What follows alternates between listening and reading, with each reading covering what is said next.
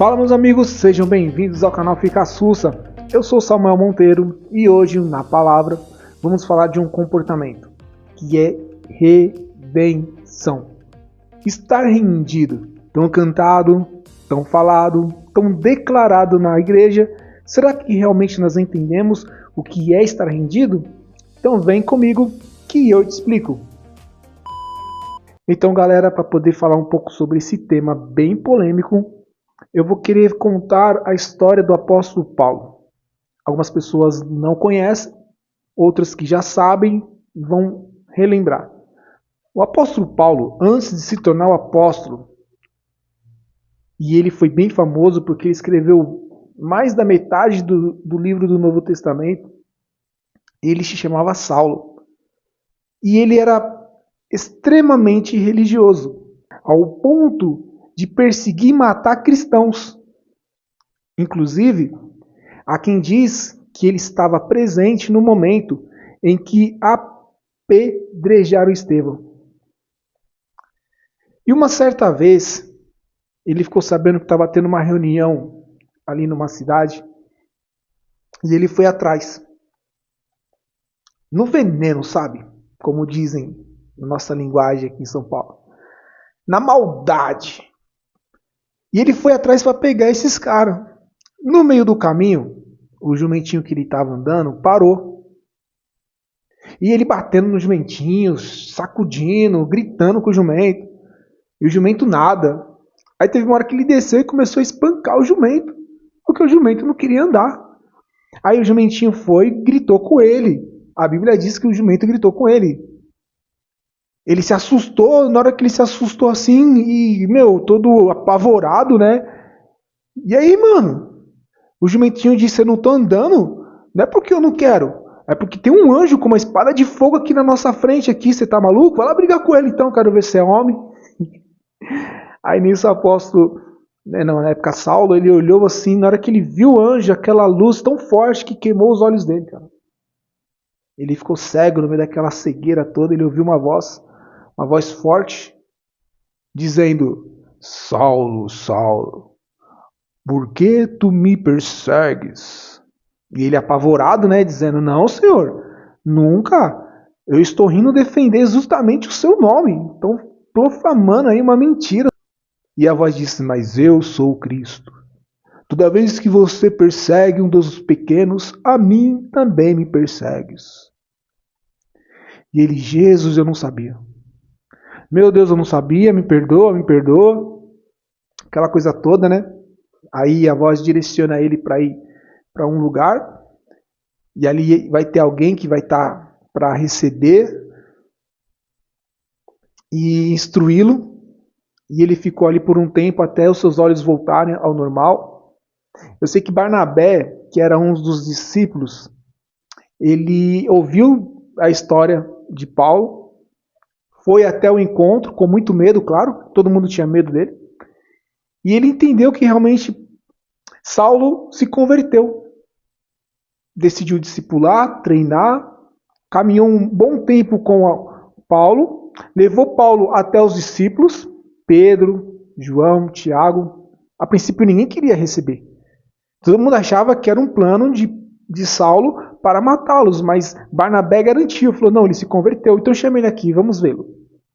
Quando Paulo se apresenta, na verdade Saulo se apresenta, depois passa a se chamar de Paulo, ele começa a fazer parte dos discipulados de Cristo, diretamente com os apóstolos, no caso já, e aí ele começa então a seguir a sua própria caminhada. Ele não se dá muito bem com o apóstolo Pedro, sabe? Eles têm ali alguns atritozinhos. Então ele parte para uma caminhada missionária mais independente. Então ele vai para a Ásia, para a África. Ele viaja ali toda aquela parte do Oriente Médio, pregando o Evangelho. Milagres aconteciam. Curas, diversas curas. Até o ponto dele começar a de ser perseguidor a ser perseguido. Olha só a mudança. O homem que matava cristãos agora está sendo procurado para morrer. Mas mesmo assim, ele continua lá, firme e forte. Tendo várias experiências com Deus. Ensinando, formando igrejas em vários lugares. Inclusive teve uma passagem muito interessante que ele está num navio próximo a uma ilha e esse navio ele entra em naufrágio, cara. Muitas pessoas morreram ali. Outras conseguiram nadando ou boiando, né, até a superfície ali daquela ilha. Os moradores da ilha receberam todo mundo, tal, fizeram uma fogueira porque já estava à noite já para esquentar o pessoal. No calor da fogueira, algo venenoso atacou quem? Paulo. A princípio, todo mundo, né, ficou ali olhando aquela situação, vendo Paulo inchar, parecendo um sapo, sabe? Tudo inchado. E o pessoal questionava, falava assim, meu, esse cara deve ser amaldiçoado pelos deuses, porque se ele não morreu no naufrágio, aí no dia o pessoal dormiu e tal, quando acorda, aquele cheirinho de café, aquele cheirinho de pão, vai ver o Paulo. Todo mundo assustado, esse moço é para ter morrido, morreu não por quê? E Paulo aproveitou a situação para pregar o evangelho. E o que aconteceu? A ilha inteira se converteu, todo mundo se rendeu a Jesus, aquela coisa toda. Ele voltou ao seu percurso normal, onde ele queria chegar. Chegando lá, lógico, a história se espalhou. Todo mundo da cidade foi receber, numa casinha muito simplória. Ele começou a pregar, a falar do amor de Deus, aquela coisa toda, e disse que estava cansado, que queria dormir, porque passou por tantas coisas. Fome, peste, nudez, perigo, espada. Açoitado, ele apanhou, ele tomou 40 chicotadas uma vez. E outras vezes ele teve que descer escondido por uma torre, ele desceu com umas cobertas, né, que amarraram ele, para ele poder fugir, para você ver o nível que esse cara tinha de experiência com Deus. E ele falando todas essas coisas para o pessoal, ele disse, agora eu estou cansado, então eu preciso dormir, porque eu tudo posso naquele que me fortalece. E quando ele chega em Coríntios, que é um lugar grego de várias idolatrias, um lugar difícil de se pregar, ele escreve algo maravilhoso, que eu acredito que com o passar do tempo vai ser extinto das nossas Bíblias. Porque o que ele escreve aqui em Coríntios vai de encontro a tudo aquilo que é pregado nas grandes igrejas, nas churches. É pregado muito hoje sobre bênção, vitória, realizações de sonhos. O Deus que faz, o Deus que cura, o Deus que transforma, o Deus que te liberta, o Deus que te renova, o Deus que te ilumina. O Deus que te coloca no colo e te fala, meu filhinho amado, tenho ciúmes de ti. Essa mensagem vai de contra, porque ela vai de confrontar essa geração Z. Olha só o que o apóstolo Paulo ele escreve no livro de Coríntios, capítulo 12, no versículo 7 em diante. Diz assim: E para que não me exaltasse pelas experiências das revelações, foi-me dado um espinho na carne, a saber, um mensageiro de Satanás para me esbofetear, a fim que eu não me exaltasse, acerca do qual 3 vezes eu orei. Pedi para o Senhor que se afastasse de mim, e disse-me Deus, a minha graça te basta, porque o meu poder se aperfeiçoa na sua fraqueza. De boa vontade, pois me gloriarei nas minhas fraquezas, para que em mim habitasse o poder de Cristo. Vamos lá. Paulo passa por tudo aquilo que eu te falei, da sua conversão até esse momento. Grandes experiências com Deus. Tanto que uma delas, no versículo 1 do capítulo 12, ele começa a contar a história de um homem. Ele não se coloca na primeira pessoa, mas nós entendemos que ele está falando dele. Que ele viu, né, esse suposto homem, que ele viu coisas inefáveis no céu. Ele foi arrebatado no corpo ou fora do corpo, isso ele não sabe, porque foi tão grande a experiência, que ele viu coisas incríveis no terceiro céu. Olha só. Então ele fala que teve muitas experiências com Deus, várias. Então, para que ele não ficasse exaltado, soberbo ou arrogante, foi dado para ele um espinho na carne. Que espinho é esse? A gente não sabe, tá? Muitas pessoas falam que ele mancava, outros falam que era uma deformidade, enfim. Havia algo nele que incomodava, havia algo nele que envergonhasse, porque algumas traduções falam sobre a palavra vergonha, algo que me envergonha, que é vinda de Satanás. Não é da natureza, não é físico, não é biológico, é espiritual e vindo do próprio inimigo para a vida dele envergonhar. Então ele faz o seguinte que todo mundo faz: orar a Deus, repreender, expulsar, amarrar, queimar. Ele vai orar. E ele ora por 3 vezes. A primeira vez: Senhor, tira isso de mim, que é do mal, em nome de Jesus. Senhor, tem misericórdia de mim, afasta isso da minha vida. Senhor, tem misericórdia de mim, me cura, eu te peço pelo nome de Jesus. Me cura, Senhor. Na terceira vez, Deus diz: Paulo, vem cá, meu filho. Vou curar não. Isso vai ficar com você. Vou deixar aí justamente para que você não se exalte. Por tudo aquilo que você tem vivido, por tudo aquilo que você tem passado, eu vou deixar aí. E sabe qual foi a resposta do apóstolo Paulo? Sabe qual foi o que ele falou para Deus naquele dia? Olha que interessante. Vamos pegar aqui a continuação do versículo 9. De boa vontade, pois me gloriarei nas minhas fraquezas, para que em mim habite o poder de Deus. Por que isso vai de encontro? Por que isso pode sair da Bíblia? Porque a grande maioria dos pregadores modernos vão dizer: Paulo, você é fraco, você não é determinado, homem de pouca fé, você só orou 3 vezes, vamos fazer uma campanha de 21 dias. Ah, Paulo, você não sabe a história de Daniel. Daniel jejuou 21 dias, pô. Você não vai ficar só no 3º dia, vamos orar. Ah, Paulo, vem cá, Paulo, oh, aleluia. Você ouviu a história de Jacó, não ouviu? Jacó brigou com o anjo, Jacó segurou o anjo até a bênção dele vir. E você quer desistir no 3º dia? Não. Vamos orar mais. Homem de pouca fé. Esse é o discurso moderno. Esse é o discurso atual, onde tudo tem que ser transformado em bênção, em vitória. Onde é o seu sonho que vai ser realizado, onde eu profetizo a sua cura. Mas eu te pergunto, e o dia que Deus falar não, não vai ser desse jeito. Não vai ser a sua cura, não vai ser a sua bênção, não vai ser a sua vitória.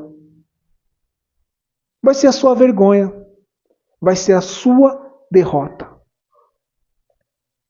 Deus permite derrotas na nossa vida. Deus permite fracassos na nossa vida. Por que tudo tem que estar de bênção em bênção, de glória em glória? Esse contexto é pregado de forma errada. O dia que Deus não curar, e aí o que vai ser de você? O que vai ser da sua fé? Talvez você faça igual algumas pessoas estão fazendo. Saindo da igreja evangélica, indo buscar no centro espírita. Aí elas saem do centro espírita, elas vão buscar na católica. Aí não acontece na católica, elas vão buscar na Umbanda. Aí não tem na Umbanda, elas vão para a magia negra. Não vai na magia negra, elas vão para o budismo, o muçulmano, e aí as pessoas vão em lugar. E alguns até mesmo falam: então para, porque isso para mim é tudo mentira. Me apresentaram um Deus que cura. Me apresentaram um Deus que transforma. Mas meu parente morreu. Minha empresa fechou. Meu casamento acabou. Aonde está o Deus que cura? E vira ateu. Não é porque a Bíblia não existe. Até mesmo você que está me vendo, que não crê mais nas Escrituras, que está assistindo esse vídeo, às vezes para um confronto de ideologias, e eu não vou confrontar ninguém, não é o meu propósito. Talvez você acreditou num Deus que foi contado de uma forma errada para você. Um Deus fora de contexto. Mas aqui eu te apresento a realidade de Deus. Que Deus não vai fazer tudo aquilo que nós queremos, que Deus não vai fazer tudo aquilo que nós determinamos, que Deus não vai realizar todos os nossos sonhos e que nós vamos passar por dias ruins. O próprio Jesus Cristo ele fala em Mateus, capítulo 6, 33 em diante, que passaremos por dias maus. Jesus viveu no deserto. Jesus viveu em lugares tão distantes, fome, frio, sede. Não foi esse Jesus moderno que viaja de jato, que cobra para pregar nas igrejas. Jesus nunca cobrou nada. Pelo contrário, ele deu, se entregou a própria vida. Então eu venho apresentar para vocês um lado de Deus que não é comerciado, não é falado, não é divulgado. Não gera audiência, não gera likes. Porque essa geração Z está tão acostumada a receber tanto inho que está ficando tudo muito tóxico. Mas Deus quer limpar essa toxicidade da igreja e mostrar seu verdadeiro amor. O amor de Deus não é sim o tempo todo. O amor de Deus muitas vezes é um não. Um não vou te curar. Sabe por quê? Por causa de uma palavra. Anota essa palavra que eu vou dizer para você. Escreve. A palavra chama-se propósito. E cada um tem o seu. Eu não posso colocar algo universal. Porque você tem a sua história. Você tem o seu chamado. Você tem as suas experiências. Paulo não foi curado por causa de um propósito. Olha só o versículo 7, o comecinho que eu pulei para completar agora para você entender. Para que eu não me exaltasse pelas experiências das revelações que foi me dado um espinho na carne. Aí continuamos o versículo. A saber, um mensageiro de Satanás para me envergonhar, a fim que eu não me exaltasse. Ele estava vivendo um momento muito grande com Deus. Tanto que antes, lá no capítulo 13, no versículo 1, ele fala da experiência que ele teve na terceira pessoa, lógico, que ele viu coisas inefáveis no terceiro céu. Ele foi arrebatado no corpo ou fora do corpo, isso ele não sabe, mas ele viu e ouviu coisas incríveis no terceiro céu. Então Deus colocou isso para ser para Paulo os pés no chão. O choque de realidade. As coisas estão acontecendo, mas você é um instrumento, Paulo. Você é um veículo. Então calma. E ele mesmo aceita, ele mesmo entende, ele fala, eu preciso disso. Tanto que vamos continuar aqui no versículo 9. Ele fala assim, ele diz-me, a tua graça me basta, o teu poder aperfeiçoa na minha fraqueza. Pois me glorificarei nas minhas fraquezas, para que em mim habitasse o poder de Cristo. Olha o 10.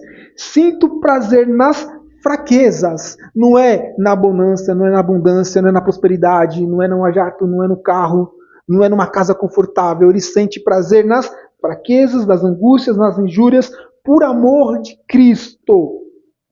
Porque quando estou fraco, é que estou forte. Esse é o lado humano do apóstolo Paulo. Qual é a sua ferida? Qual é aquilo que Deus precisa pôr para que você entenda que você é dependente dele? Não é no seu nome. Não é no seu ministério. Não é a sua igreja. Não é o seu dom. Não é o seu talento. Mas é o poder de Deus agindo em você. E quanto mais você se exaltar, menos Deus vai agir. Talvez em algumas situações Deus vai usar porque é o que tem. Mas nem sempre ser usado significa salvo. para não perder a vida de Paulo, Deus permitiu ele passar por isso. E a palavra redenção significa alguém que se entregou, cedeu, foi dominado ou substituído. Então, quando nós declaramos que estou rendido, é o que Deus quer, não o que eu quero. É eu passar pela enfermidade agradecendo. É eu passar pela pobreza agradecendo. É eu passar pela fome agradecendo. É eu passar pela solidão agradecendo. E não questionando. E não barganhando.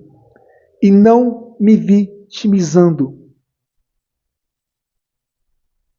Mas é glorificando. Amém? Que essa palavra entre no seu coração, te traga um despertar. Um grande abraço, fica sussa e até o próximo na palavra. Valeu, galera!